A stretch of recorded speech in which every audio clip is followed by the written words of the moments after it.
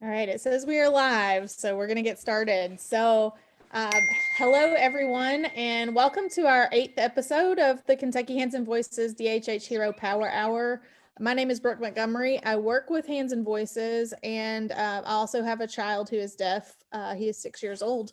And if you don't already know, our DHH Hero program consists of over 30 deaf and hard of hearing adults across the state. And we partner with those deaf adults as volunteers, and they attend events, they meet with families, and they subject themselves to Facebook Lives with me. And all of that so that parents of deaf and hard of hearing children can learn from their experiences. We value the insight that our DHH heroes give us, and we strive to have a diverse representation of our deaf and hard of hearing adults. And we have heroes that sign, we have heroes that speak, and we have heroes that do a little bit of both. So at Hands and Voices, our motto is what works for the child is what makes the choice right. And we respect the fact that, that could look differently for every child and every family. So our ultimate goal is that each child reaches his or her fullest potential. So with that being said, as we get started tonight, feel free to chime in, ask some questions. We have two amazing young men with us tonight, and this will be the first time that I get to meet these guys. So I'm pretty excited to get to know them a little better. We have Noah Hancock, aka the Coffee Monster, and you saw his card when you came up. That's his trading card. And we have Alex Ansley, aka Ace Man. So we'll get started with our first question for both of you.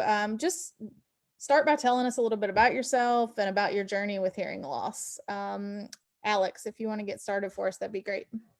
Yeah, awesome. My name is Alex Ainsley. I am from Lexington, and I was diagnosed with hearing loss when I failed my newborn hearing screening, and I got put in hearing aids when I was 6 months old. And ever since then, I've just had to work my way through a lot of education issues. But then my mom, who is the executive director of the Hearing and Speech, she's been a big hero of mine and has taught me a lot about how to advocate for myself and to advocate for others. And currently, I am a junior at I apologize at Western, and I am studying business administration with a minor of poli sci. And also, I am a rep for AG Bell. I represent AG Bell on the KC DHH board for end of this year, and we're doing a lot of work with that. And that's pretty much all I have for right now. But yeah. Okay, great. And what about you, Noah? Excuse me. I'm Noah Hancock. I'm deaf, and I was born hard of hearing until when I was 15 years old. About 10 years ago, I had a cochlear implant surgery, which helps me to hear better than wearing his hearing aids. So I went from being hard of hearing to become actually deaf. Um, so I went to college at Western Kentucky University, and so now I live here in Bowling Green. Well, let me back up. When I was in college, I studied history with a minor in American Sign Language, and I graduated in 2019, and now I live here in Bowling Green. And so what I do now for my job is I actually work on WKU campus. I am a maintenance worker. I work outside and make sure that the campus is nice and clean, and everything is like going smoothly as it is. And today is actually the first day of spring semester classes for the students. And so today is actually starting to get busy again since the spring has come around. And so it's routine, and I like my job, and that's where I am right now. Very cool. So tell me then, so when you became a DHH hero, you got to pick your own superhero name. So tell me why you chose the name that you chose. So why Ace Man? Ace Man ironically comes from my elementary school days. My nickname was Ace, and honestly, it wasn't given to me. One day when in for first grade, I told everyone like, "Hey, just start calling me Ace," and it stuck. And that has been kind of like if I ever need like a nickname or anything at all, I was like, it's always immediately just Ace. All my friends from back home, even though I go to school here, I'm like Ace is not even in the realm, but every single time I go back up, that's just it keeps going up. So yeah. That's a funny story. All right, Noah, what about you? You're the coffee monster. So what's the meaning behind that name? It was like a name that I chose spontaneously. Well, so the name I decided was because, well, I I love coffee, so I drink a lot of coffee every day, and like practically morning in the morning time, probably during lunch, and sometime I would like late at night. And I mean, just I've been drinking coffee for ever since I was a little kid growing up, and so at least that's the name that I could think of for myself. I love it. It's funny. My 6-year-old, he likes to drink decaf coffee, and he calls it dwarf coffee. I don't know where that name came from, but decaf coffee, he'll come in and ask for some dwarf coffee. So that's kind of funny. So we have a question from a parent, and she asks, since you both attended WKU, did you all have good experiences there as far as having good access to the curriculum? We live close by, so who knows, maybe my daughter may attend there one day.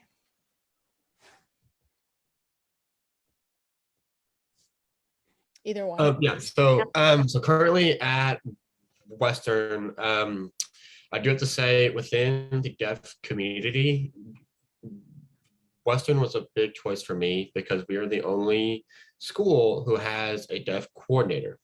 And so basically any type of need, especially in college, her name is Veronica, and she is tremendous, and she will do absolutely anything and everything for her kids. Whenever you're a freshman student, there is something called SARC, and any kid with any if like ADHD you need help with, for me, I need to have a captioner in all of my courses, and it's just it's a whole lot it's a whole lot easier to have some help in regards to college, because college is a very tough time and you can use all of the resources that you can get. And but I will have to say, you have to do everything yourself. You can't, as a parent, I know my mom would be the exact same one to go and do it, but it's been a tremendous learning experience to utilize everything, and it's been a great impact on my in my school, and that's why I'm still here. So yeah. Cool. What about you, Noah? I there are some things I can relate with Ace or Alex regarding the accommodation WKU.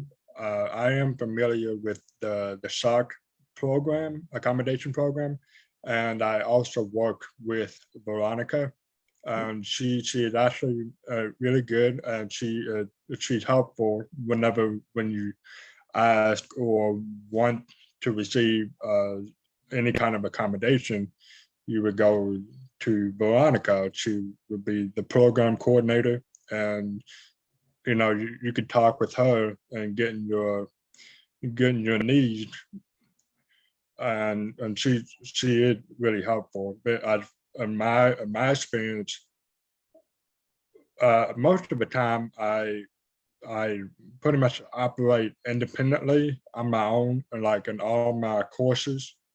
And the only thing that I would want from any of my classes, whether if a teacher would show educational videos, if they do show a video, I would ask if it does have subtitles or closed caption in the video, or if not, I would ask for a transcript.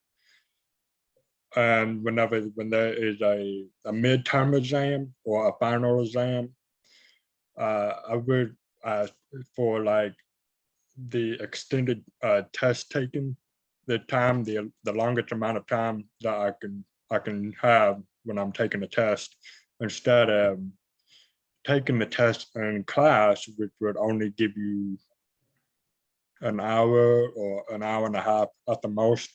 But instead, if you take the exam at the SHOC office with the extended time, you could get at least 3 hours to finish the test. And that was what I like best. And as for me, I rely on reading lips. I understand when I read the teacher's lips. And when I do that, I prefer to sit up close in front of the class. So that means to be as close to the professor as close as I can. And I also let the teacher know that I like to see his or her face, and not just talking or just turning around, and so I can understand what you're saying. But I don't use an FM system or anything, but I just rely on lip reading, and I also take my own notes when there's a lecture in class, and I usually take notes. So on the topic of education, and this is another question from a parent, most of us have younger children in our organization. So what accommodations did you have growing up that may or may not have been helpful? For me, my experience in the education system, I started to use a FM system early on. And elementary school, I was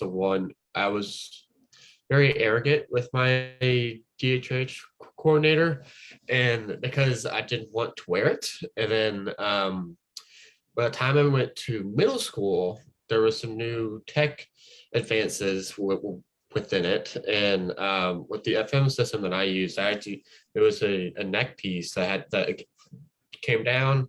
And the biggest thing about it was it had an aux cord, and I could buy a two-ended aux cord, and I could plug it into my phone, and then that way I could just play music. And that's kind of like how it was just more of oh, okay, if I can listen to music with this thing, maybe I should give it another shot. And then ever since then, I saw a drastic improvement in my grades. And then I saw that I was like, maybe this is something that I need to use in order to better myself.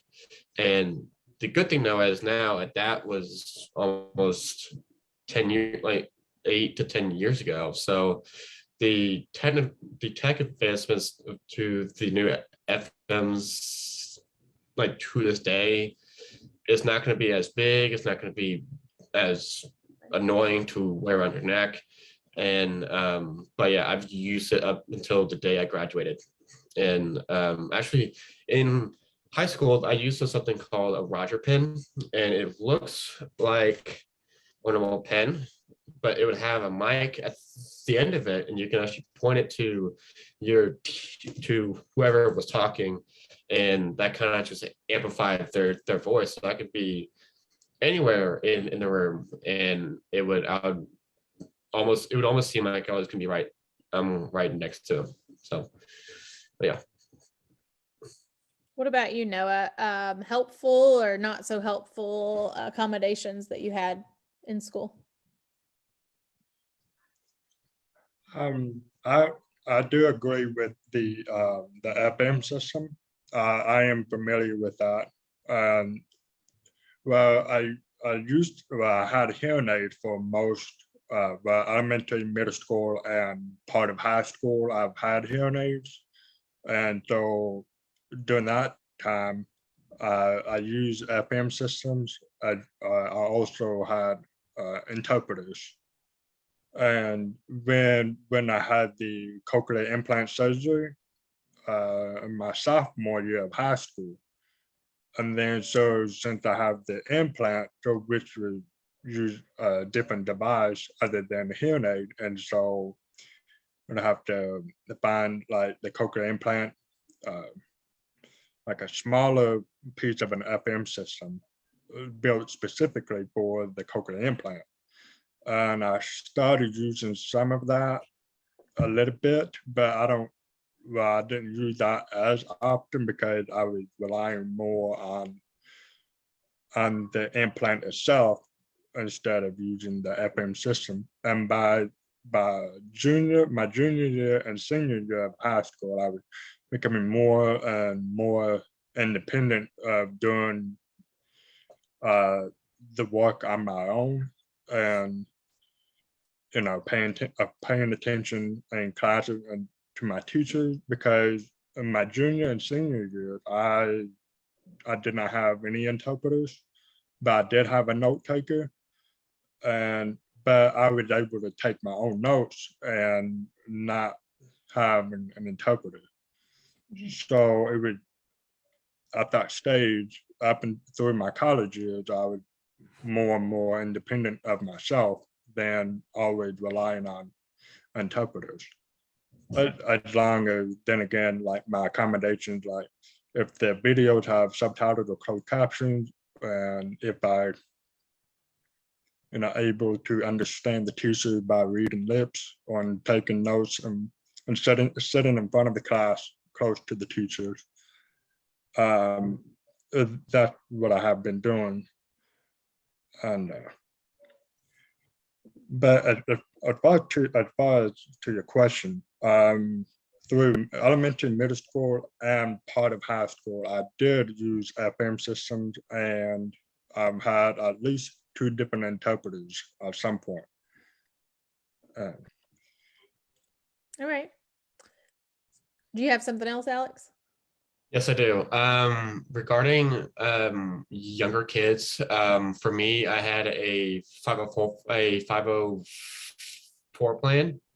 And with what I like to always do at the beginning of every year, you would get a new set of teachers. And what I would do right like the week before school began, I would like to schedule a meeting with them and just to go over the what I need in order for in order to do well in the class. So like he said as well, to sit in the front of the class, to use closed captioning with any type of video and whatnot. And for me, I also like to have a copy of the teacher's notes. So if I'm writing down notes and I didn't catch something that they said, I can just take a glance and see, like, did I get everything that I needed to get? And that was a game changer, especially when I took my AP courses that kind of helped me out to get a better score. But yeah.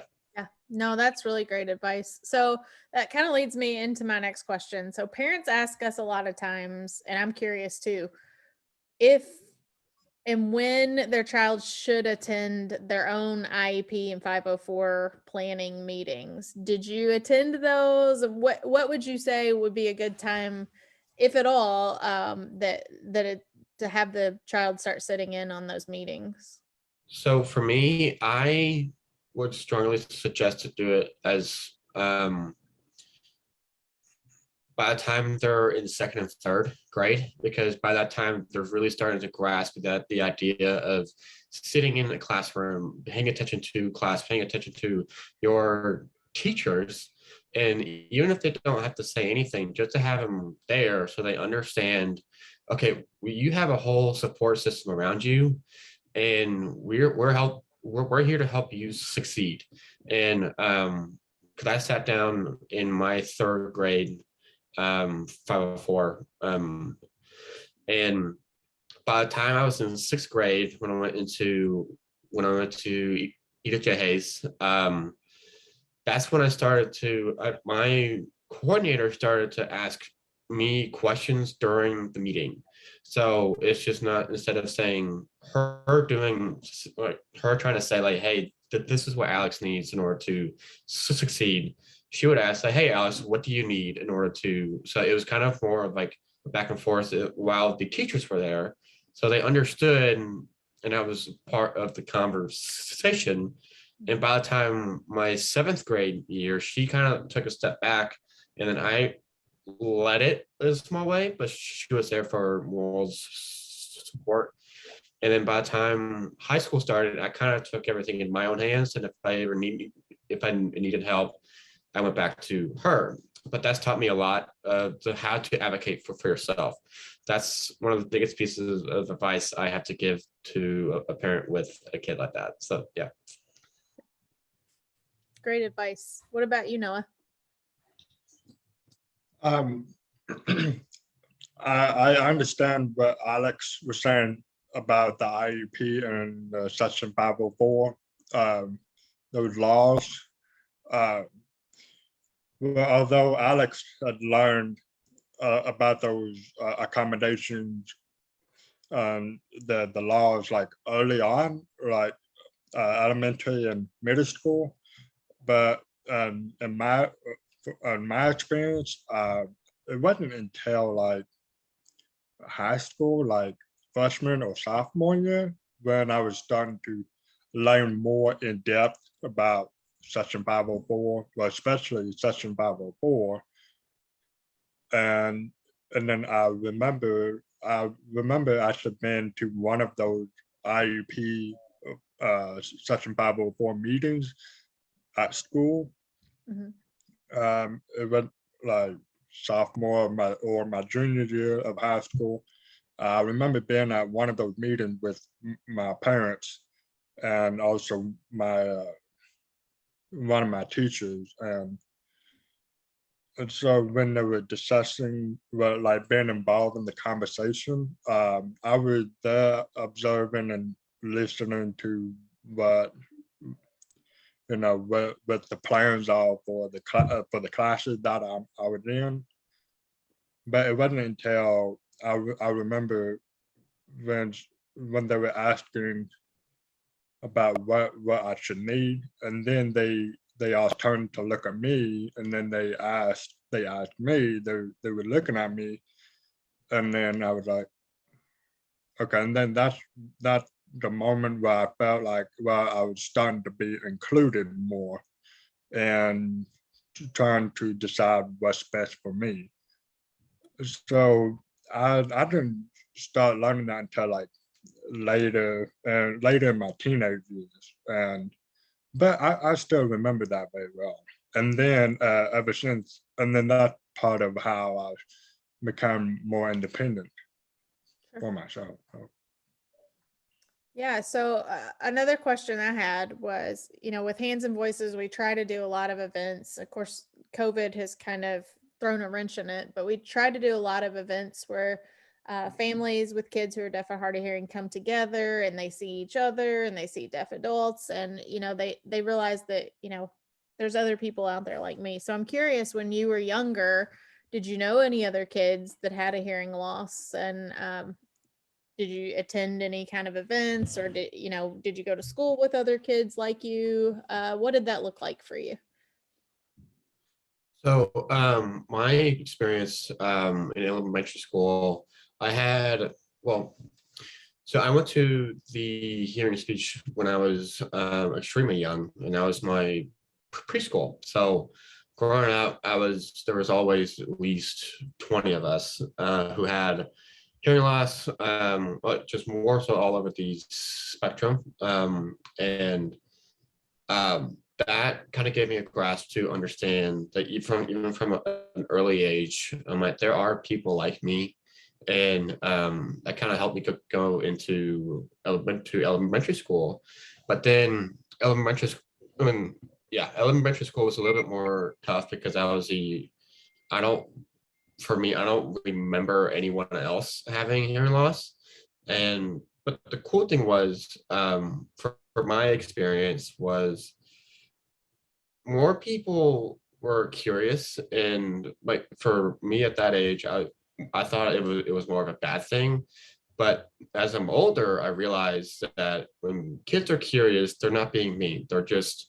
They may come across it, they may come across about it in a certain way, but it's all about they're trying to understand because it's something new, it's something shiny, and they just don't understand it. And then once I went to high school, we at Henry Clay, there is a DHH cluster. And so I would always, if I ever needed another set of wax straps, of batteries, or something was wrong with my hearing aids, the teachers were there, so I can go get some new supplies, basically.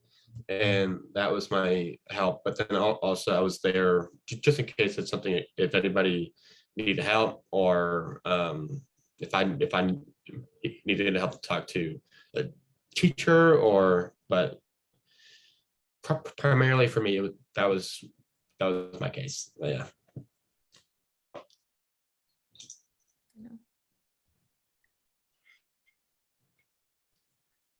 I'm sorry. I'm trying to remember your question. Yeah, you're fine. I was Sorry. asking if you knew any other kids like you growing up. Right. The earliest memory that I could remember is starting about kindergarten. I would place in with other deaf and hard of hearing students, kids, but then what it called mainstream in elementary school. But at that time, I didn't know.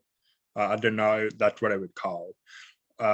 So I immediately was placed in the deaf and hard of hearing program, and I think there were roughly about, I'd say at least 10 students, or maybe a little bit more, but it's fairly small. Well, because I was coming from a kind of a fairly small town. Um, so it didn't take very long to actually make friends with the other deaf and hard of hearing kids. And so we've had similar classes, and where we were also able to be in with the classes just like other like hearing students, and but we also have interpreters for each one of those classes that we were in.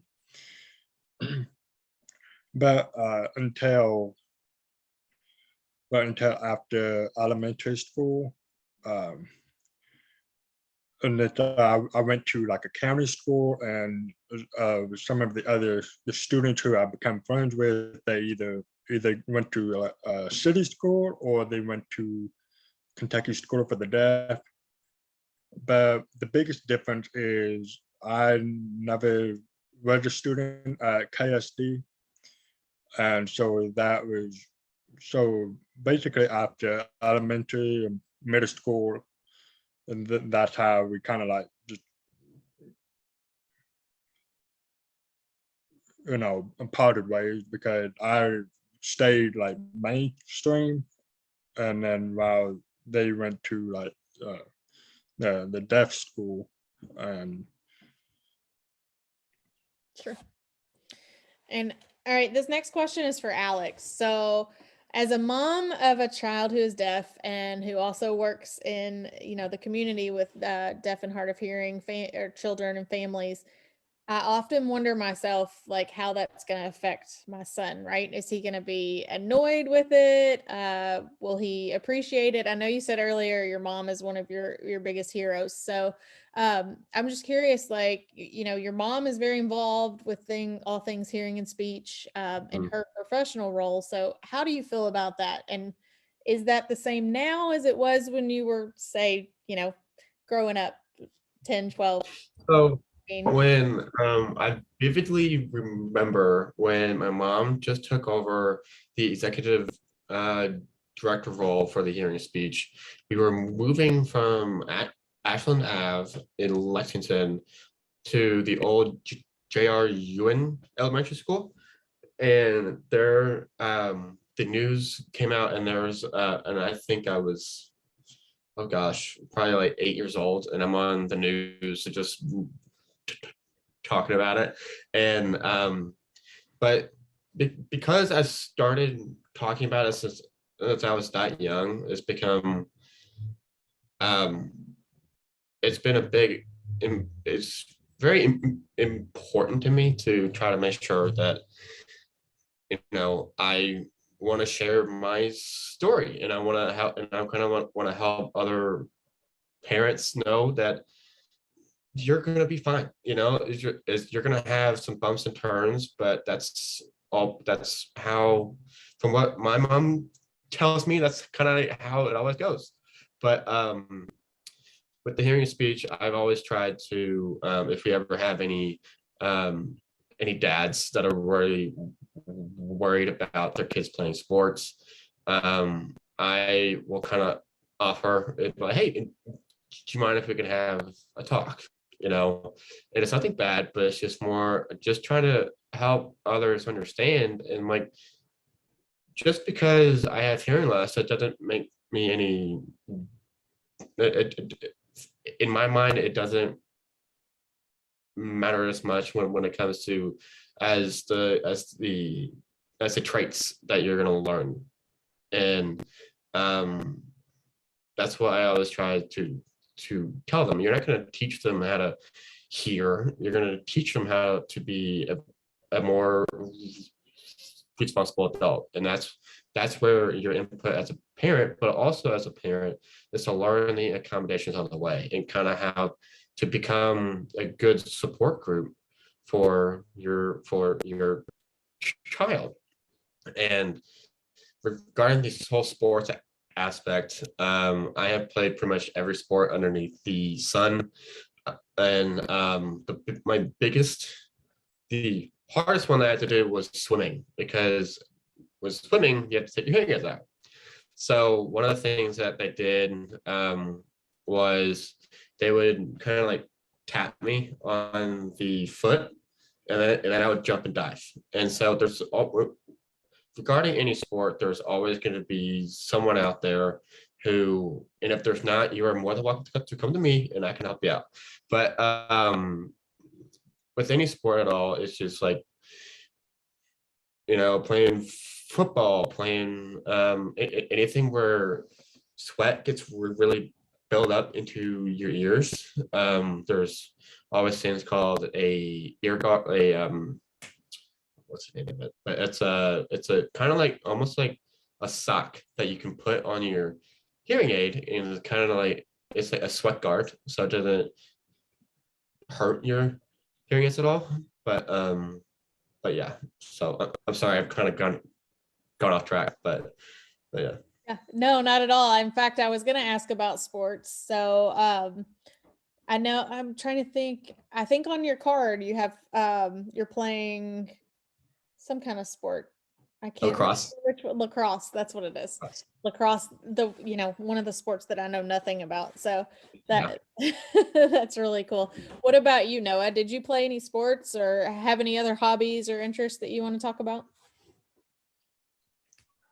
I remember growing up, I thought about participating in any kind of sports, but I also know that basically because I was hard of hearing or deaf, and that if I try to play sports like football or basketball. I remember I've been asked it like, well, if you're playing, and then if the referee blew the whistle, or called a foul or anything, but like, what if you can't hear the whistle, and or if I were to play football, I have the helmet on, and it's like, well, would it, generate like feedback with your hearing aids or with your processor? How would you, understand what the coach would be saying on the sideline, or if the referee blowing the whistle or call a timeout or anything, because there was a lot of obstacle regarding to playing sports when you're deaf. Now, although I was a student at Gallaudet for 1 year before coming here to Western, but at Gallaudet, I did see students, they play football, and they play basketball, volleyball, and soccer. And I look at the students and I was like, well, they're playing sports, and then I kind of wondered like how they're able to play football or basketball or soccer, while they're, when they're deaf. And I was like, well, because, and I figured because were they probably went to like a state school for the deaf, and they probably learned how to play sports in that way. Well, because I grew up mainstream, grew up in a hearing environment, and so the social aspects of like playing sports are like much different than if I were growing up in the deaf community, went to a deaf school. I probably could have played sports, but I, although I don't play any sports, but I do enjoy watching sports, and that's the least I could do. Well, not doing it, but like enjoying watching the game. Yeah. Yeah. And What- Alex was talking too a little bit. It just, being able to play some of the sports and being deaf, like what kind of things, Alex, what kind of things did you do to adapt? I mean, you talked about playing football or, baseball helmets. Like, how did you work around that? Did you have special helmets? The baseball helmet was the worst. Was the worst one because it's like almost like an inch worth of padding of just foam, and that goes straight onto your hearing aids. That's going to create that feedback that we all hate. And for me, the ear gear, which is I found the name for it, but the ear gear kind of like helped that from that helped a lot. And then also I do remember we got I think it was like almost like a skull cap for almost a few years. And because it's so close onto your ears, it kind of eliminates the fact that there is feedback, or that's how it is with me. But then also I have two really good friends here at school. They both wear cochlear implants, and I talked to them because I was just curious, because I personally I don't have cochlear, so I wanted because they played lacrosse, they played soccer, I mean, kind of like me, they kind of played every sport underneath the sun. And what they used to do was actually embed the cochlear implant in a braid and just have it in their hair, and it would stick. And then I was like, that's genius. I didn't no idea about that. But yeah. Yeah, I mean, I think for sure there are definitely challenges. I think it's interesting to hear like the stories of how, people have been, kind of inventive and figuring out ways around that. So, and we, with my son, we did swimming this summer. He's 6. So a 6-year-old on a swim team is like a whole adventure in itself, but a deaf swimmer is, another. So he didn't wear any gear, and he knows some sign, and so it was fine when he's looking at you, but when he's in the pool, right, he's not hearing anything going on, he's not seeing anything going on. And there was one race, he was like halfway down the pool, and he was doing the backstroke and got turned around and started going backward. And so everybody was like yelling at him, turn around. And he was completely oblivious. So in his 6-year-old mind, I mean, he was doing amazing because he made it to the wall before anybody else. So But also, one of the other things, so my junior and senior year of high school, I played lacrosse, and that was a challenge because you have that big helmet on. And the good thing with that one is that it's actually a pretty good size ear hole. So it was if you can lift it up just right, you can have your chin strap on, and it worked out fine. Yeah.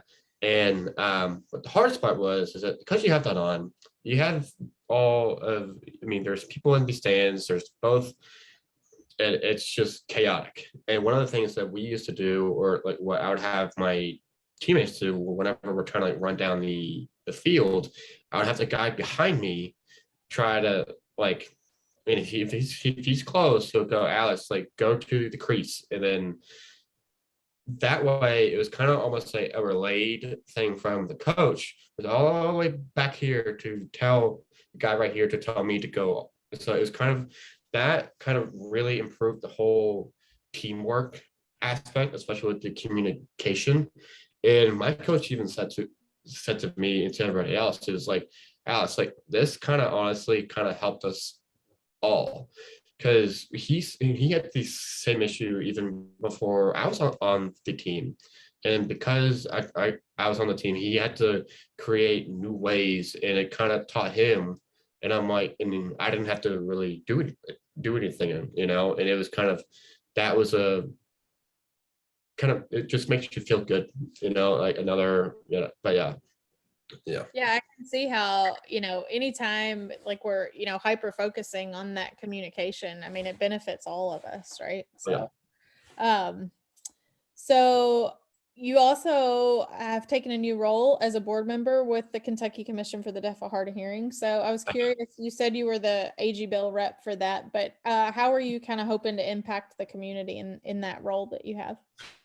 My biggest goal, if you will, is that because I'm the youngest one they've had by far, I'm hoping to use my experiences within the public school, and since I'm now in college, I can provide my own insight in order to improve the education requirements. And the biggest thing is that I want to improve our 504 accommodation, because there are some things that only work in just to have a generalized thing about, okay, this is what every student needs.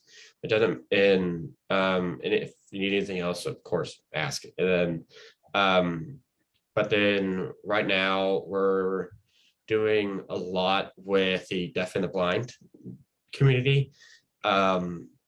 But yeah, my whole role is to help advocate for spoken,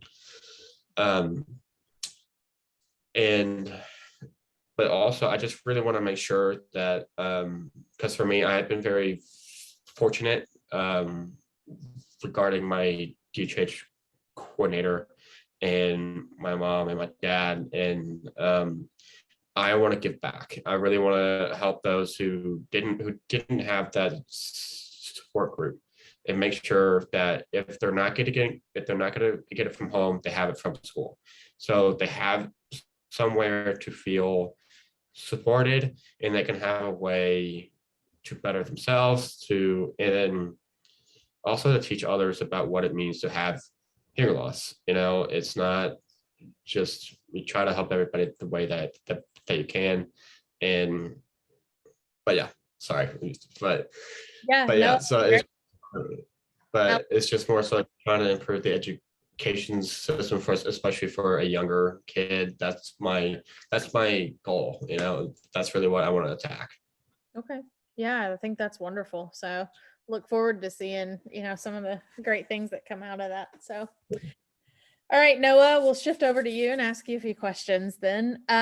So I know, well, at least I've heard you like to sign along to music. So I was curious, like, when did you learn sign language? And kind of what that was like for you. So.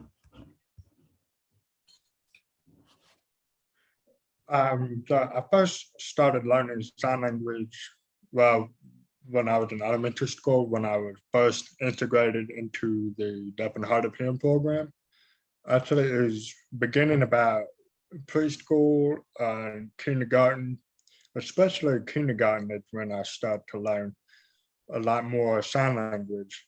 But I was also not only learning sign language, but also using English together. And also throughout my elementary, middle school, and high school years, throughout my school, I've had interpreters, which also helps me to understand sign language more and to be able to communicate with interpreters. And that's how I learn sign language that way. And it's but I so kind of fast forward a little bit. So after high school, I did go to Gallaudet University for 1 year before I transferred over to WKU. And so I've met a lot of students at Gallaudet, and which was a good experience. But the big reason why I transferred back home, well, mainly because, well, I grew up with a hearing family, and I did not go to a deaf school, and I would before I went into Gallaudet, I did not really have a strong sense, a good sense of connection with the deaf community, like in general. And so the funny thing is, when I came to Western WKU, there's a sign language program, and so I was involved with that. And then I would meeting with hearing students, and I met a lot of students here that are willing, they're wanting to learn sign language. And then when I came here, and then I was like, oh, okay, so there's a sign language program, and so I got involved with that, and I was able to meet these students, and it seemed really easy because, and that way, my my viewpoints on things is really completely changed, because like it was so easy being in the ASL program here and communicating with the students who are wanting to learn the sign language. And yeah, and well, I came from Gallaudet University, which completely it's a deaf community there, and so it was definitely a big cultural shift, a change for me. And but I would say I do like here where I'm at right now. I mean, I do like it. But here there's not really a big deaf community. But I know that there are some deaf and hard of hearing people here. And then of course it's not exactly like Gallaudet University, or that's, and so. Yeah, so that kind of leads me into my next question, and we'll have to be kind of quick because we've got two more questions here. But just, you know, and maybe just you, Noah, if you want to answer this question, but just I hear a lot of deaf adults who utilize spoken language a lot say they kind of feel like they're living between worlds. Like they really don't fit into the deaf community. They really don't fit into the hearing community. Have you ever felt like you didn't belong? And kind of how do you feel about that now? You kind of touched on it, but just a brief answer would be great. Well, because after high school, so I went to Gallaudet, and with the whole deaf community, the deaf culture, and like it, really just, it's really overwhelming because it was everywhere around me, and then it was something that I would not really used to, and well, the one thing I could think of it because, well, I never went to a deaf school. Mm. And so with that part, it didn't really prepare me to go into the deaf world uh, when I went to Gallaudet. But while I was at Gallaudet, over time, and then I was starting to think more about home, like here, and well, part of it being so far away from my family, and I'm thinking because I got it done, you have to, sign, every day, and then, but when I'm here at home, I could talk with my family, and so well, I was thinking, well, which one feels more natural, feel easier and comfortable for me? It's like, well, if I stay at Gallaudet or stay with other deaf people or come back home and be with your family. So well, in the end, I was thinking, well, I suppose that it's easier for me to come back home and be with my family. And then, but yeah, after a while, being at home with your family, I know you still have that part of, you still have that part inside it, like, well, you could still, socialize with some deaf people too, also still be involved, be a part of the deaf community as well. So, that kind of part, it doesn't really exactly go away from you. Right. So that is, you still have to have both, actually. Yeah. What about you, Alex? Did you want to answer that one? Sure. So But I yeah. had, well, my thing is that this actually just happened at work a couple weeks ago. A coworker of mine found out that I had hearing aids, and I mean, at first it was all really, really cool. I found out that both of her parents are deaf, and then she went on to say that I was disrespecting her mom and her dad, and it was about the whole, because they signed, and she thought that it was a disgrace, is what her word was. And but then I realized to myself, I'm like, okay, well, that's your community. I mean, my community is trying to help out others, and even though I don't know a lot of others people with hearing loss, I know two other kids, and that's about it. And that just kind of hit home for me. That hit hard, because when she added the disgrace part, I was like, it's not the fact that I don't want to learn how to use sign language. I do. And that was just kind of like, well, if I'm going to try my best to talk to everybody that I can. It's ASL to me is learning it's me trying to learn Swedish, which is where the majority of my family comes from. And it's not because I do have I have a attachment to Swedish. I don't know it. And for me, having hearing loss, and I'm a part of the deaf community, but I kind of step in both worlds as well. But I don't sign, so it's just kind of like, well, I have to take it upon me. So if I want to communicate, if I want to understand, then I want to take the steps that I need to, because at the end of the day, I think it's my I think it's my truth is to help communicate with everybody, and I'm gonna try to do that as much as I can. Sorry, I was going back and forth there a little bit, but Oh, yeah.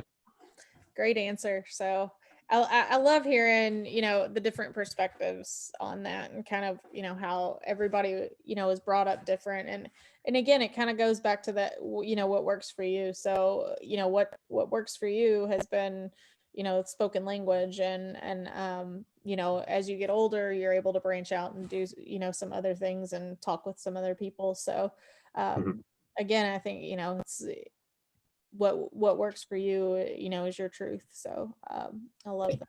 And so we only have like 3 or 4 minutes, and so I always like to end with this question, like, and you can think back to your own experience if you want, but just what advice do you have to give parents who have deaf and hard of hearing children? Like, what do you want to leave them with?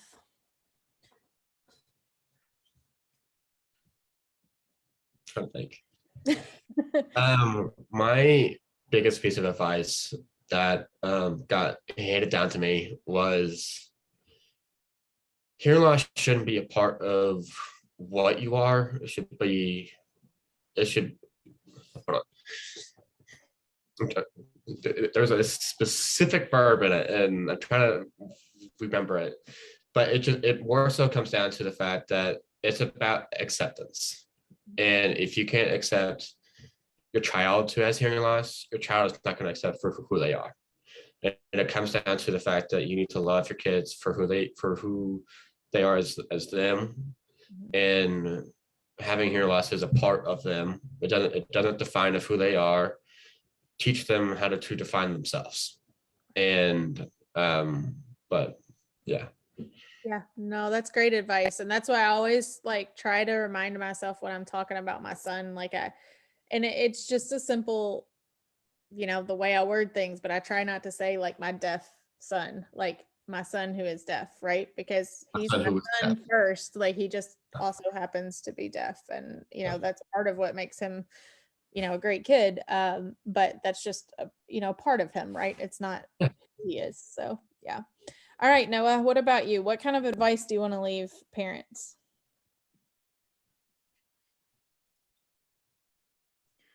The one thing I know that is important, well, at least for me, I know whenever a hard of hearing or a deaf child, when they grow up, I think when they become of age, and I think it is very important for the child that will be able to learn and decide what is best for him or her, whether a boy or girl or whoever.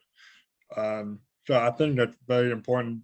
At some point, I would think that the parents, well, I think it would be good for the parents to allow us to teach the children to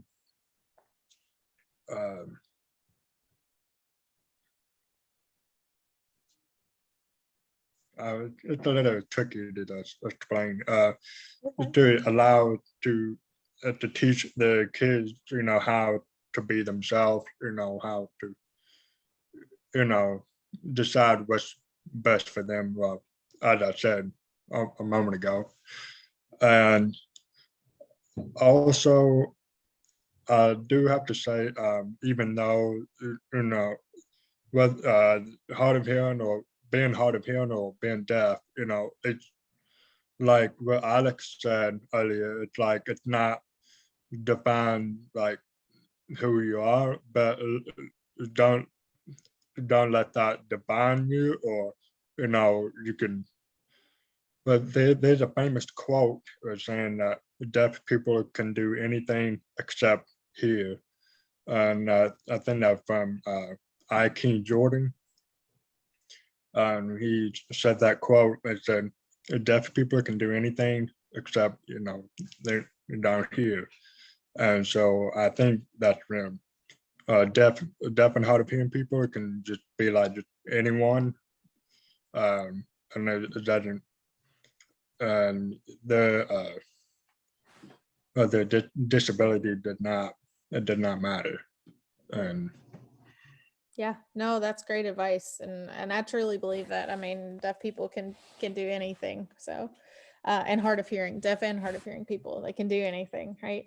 So, so that is our time for tonight. I could talk to you guys forever. I have several questions I didn't get to ask, but I just want to say thank you both so much for spending this evening with me. I'm sure you all have, a lot of other things you could be doing right now. And so I really appreciate you taking the time and spending that with me and, all of our families that are watching or may watch later. So, and I truly wish you guys the best of luck in all of your endeavors. And, as a mom with a little boy who is deaf, then, I just personally want to thank you guys for being, great role models to him and all the other kids. So you. that being said, that's all we have for tonight. So thanks again, guys.